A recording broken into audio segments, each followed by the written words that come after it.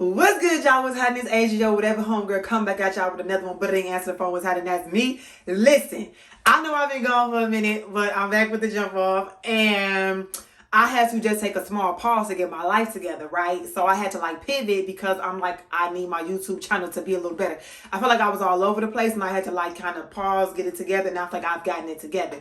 So a lot of my content now moving forward is going to be faith-based, where I talk all things biblical, spiritual, and Jesus, because I love the Lord, because he first loved me. And that's what I'm going to be doing. So I'll talk more at the end of the video, but I'm going to hop into the video now. So this video is going to be about, the title of it is A Born Quitter. That's what it's going to be about. Because when I look back over my life, I'm 35 now. And when I look back over my life, I was like, dang, bro, you quit everything that you started.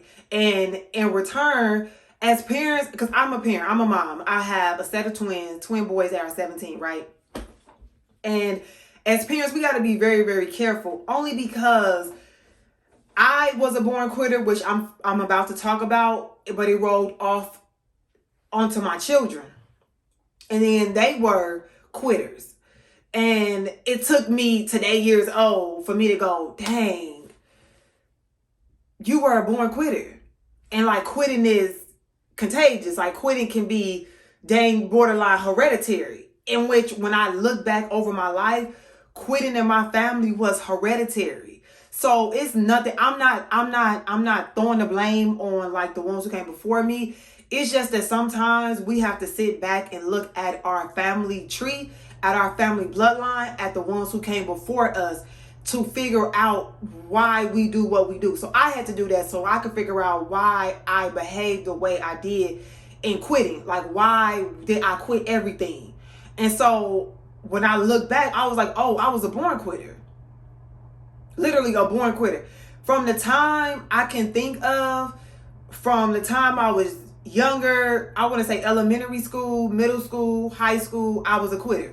I literally quit everything I started, and I will always make excuses I didn't want to do it anyway. If I don't want to do it, I don't want to do it. If I'm done with it, I'm done with it. So I'm not going to continue on something that I don't like. But the mindset was, if you started it, you should finish it regardless if you don't like it or not. You get what I'm saying? It ain't crack.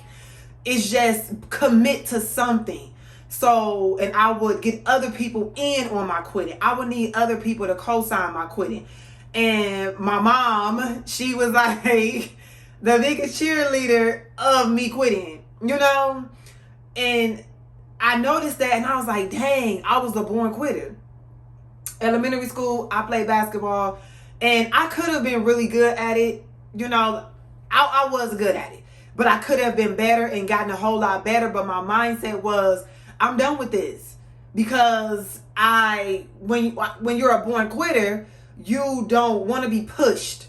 You feel like, oh, I'm done with this. I stopped with this. So I'm good on that, right? So working out. I started working out, then I quit because I was like, I'm done with that. It hurts. I don't want to continue this on every day. I don't want to do this every day. And I would feel my body getting better. With basketball, I seen myself getting better, but I was like, dang, that means I'm getting better. I have to keep doing this every day, practice it every day. And I was like, I don't want to, that's too much for me. I need a break. And my thing was always breaks. I need a break. I'm overwhelmed. I need a break. And it's just I've been on break since I was born, right? Because I was a born quitter. When I had my kids, I was in the hospital and I had to get a blood transfusion, and I lost a lot of blood, and I almost quit on life.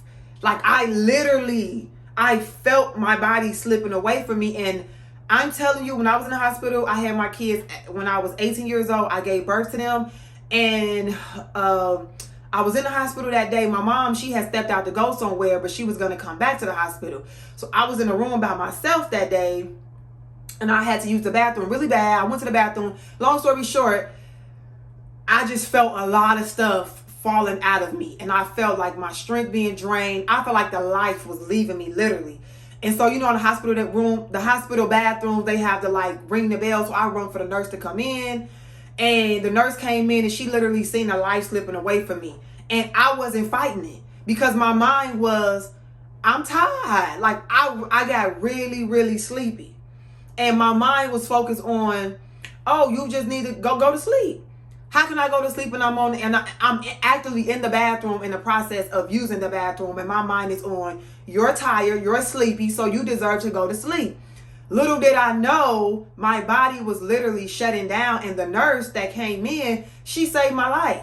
I have no clue if this nurse was black, white, I don't know. I don't remember her face. I don't remember anything, but all I remember is she literally shocked me back to life. When I say shocked, like with her voice, she was yelling at me. She was yelling my name. She was like, Asia, wake up, wake up. You can't go. Like, she's yelling at me. She's like snapping her fingers. She's clapping her hands like very forcefully, very forcefully. And she shocked me back into life because she scared me. And I was like, what's going on? And she was like, you can't go to sleep. You can't go to sleep. I was like, I'm so tired. I'm so tired. And she just kept telling me I couldn't go to sleep. And so she scared me so bad with the way she was speaking to me with an urgency that if I went to sleep, it could have been detrimental to me. But in that moment, I gave up because I had to realize that over the course of my life, I gave up. So I almost gave up on my life. In that moment, I almost gave up on my life, and I had just had kids. And I was just like, she was basically saying, if you don't wake up, if you don't like physically, if you don't wake up, you're not going to wake up. And in that moment, my mind was focused on, I'm sleepy. I need a break. Because I had been on break since I was born. I was born quitter. I almost quit on life.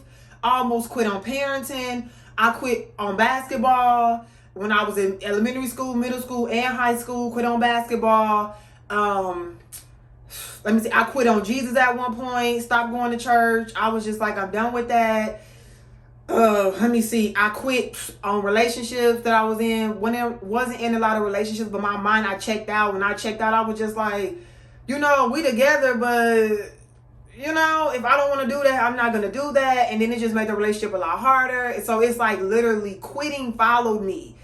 Everything I did, I quit. Jobs I've had, I'm done with that job, I quit. Somebody pissed me off, I quit. I'm like, girl, I don't have to deal with this. I could find me another job. It's nothing for me to get another job. Quit a job. If I tell y'all how many jobs I've had in my lifetime, like literally y'all would be like, no way. I'll say this one part. I didn't even know that I was a serial quitter when it came to jobs until a friend of mine pointed it out. Didn't even know.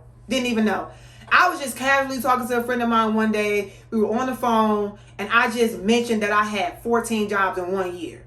My friend was so shocked. They were like, you what? I was like, I had 14 jobs. I got to keep up with my jobs because I got to, make sure I collect all my W-2s to file my taxes. What is it giving? And they were like, run that back. How many jobs? I was like, 14. They were like, bro, that's not normal. I was like, what's the big deal? They were like, why did you have so many jobs in 1 year? I was like, again, what's the big deal? The big deal is, it's not normal for a person to have 14 jobs in 1 year. How did you, my friend was like, how did you even pull off getting 14 jobs? Where's their 14 jobs at that you're able to just boom? It's only 12 months in a year. How did you manage to get 14 jobs in 1 year? I was just like, whatever. I don't know. I quit one. I found another one. I quit that one and found another one. I'm like, what's the big deal? The point is that I got so used to quitting, my quitting became normal. And I prayed about it, and I asked God, I said, what should be my first YouTube video back on YouTube? And he told me, he was like, talk about you were a born quitter, being a born quitter. And when I look back over my life, my family before me, my mom, my aunties, just my family lineage, I come from a family of quitters. My mom was a quitter. My aunties, some of them were quitters. My grandmother was a quitter. And I'm like, dang, I come from a family of quitters. Not everybody quit. So I'm not saying like my whole family quit, but when I look over my lineage, I'm like, dang, but more so my mama, I'm like, oh, my mom was a quitter. Which then transferred to me, I became a quitter. Which then transferred to my kids, and then they began to be quitters. And at the same way my mom co-signed me quitting, I co-signed my kids quitting because I was like, well, if you don't want to do that, you don't have to. If you're done with that, you're done with it. I'm not going to make you do something that you don't want to do. If you're done with it, you're done with it. But not knowing that, I knew my kids had to grow up, but it's just like, whoa, those were not good traits to have. I instill good things in my children, but that's the one thing. It's like, wow, that's not going to get you far in life. And that's one thing that now they're 17, and I had to make amends with them and say that was not right. I should have kept y'all in that stuff. I should have said, when you start something, you got to finish it. But they see me quit. So who am I to enforce something when my children were actively seeing me quit? So in their mind, they were just like, oh, it's cool to quit. And that's what they did. Like, literally, that's what they did. And I hate that for me. I hate that for my children. But it's never too late to change. At least I'm aware of it. And through prayer and through Jesus, you know, God really helps me out a lot with my relationship with him, like developing and cultivating my relationship with God. It really helps me a lot. Like, God really helps me put my life into perspective, and he really helped me see things the way that I would never see things. God revealed to me that I had like a one-track mind. Like, I only seen things one way. And God literally had to tell me, Asia, you have to look the other way. Like, it's a whole nother side. But again, that's the luxury of having a relationship with God and cultivating our relationship, because God is able to show me things and tell me things that I don't know and that I don't see. And I only notice that because when I go to the grocery store, I do the same thing when I go to the grocery store. I can be going down the aisle looking for butter. I mean, not butter, but looking for something specific in a certain aisle that it should be in. I will go down the grocery aisle literally looking one way as if it's not two sides to the aisle. And I was in the store one day, I literally heard God say, look the other way. And I looked the other way, and what I was looking for was right there, but I was about to walk past it because my mind was literally looking to one side of the store, one side of that aisle. And I did that a lot, but I didn't notice that I was doing that until God brought it to my attention. He was like, you have a one-track mind. You literally think one way. And you have to like learn, you have to unlearn that. To learn, you have to learn to look both ways. You get what I'm saying? It's just small things like that that seems minute, but with God and through his help, I'm able to now be today years old when I learn things. That's how I developed that I was a born quitter. And quitting was hereditary. My mom was a quitter, then hence I became a quitter, and then my kids became quitters. And I was just like, dang, yikes. So now that I'm aware of that, I'm working on it. So that's my first YouTube video of the year, is I was a born quitter. I'm no longer quitting on things. I'm being consistent in these things. And so I'll document my journey some way, somehow, to like, you know, so y'all can be on a journey with me. So y'all can see that I'm not a quitter anymore. I'm not quitting. I'm showing up, and I'm going to see things through to the end. So I'm going to be consistent with posting YouTube videos and stuff. I'm going to create me a YouTube schedule. I'm going to do all those things where I upload at the same time every day or every week, and just do it that way. But always remember, you don't have to be a born quitter. You don't have to be a born quitter at all. You can stop quitting. Stop quitting. The same way you put in energy to quitting, you got to put that same energy into unquitting and being consistent and seeing things through till the end.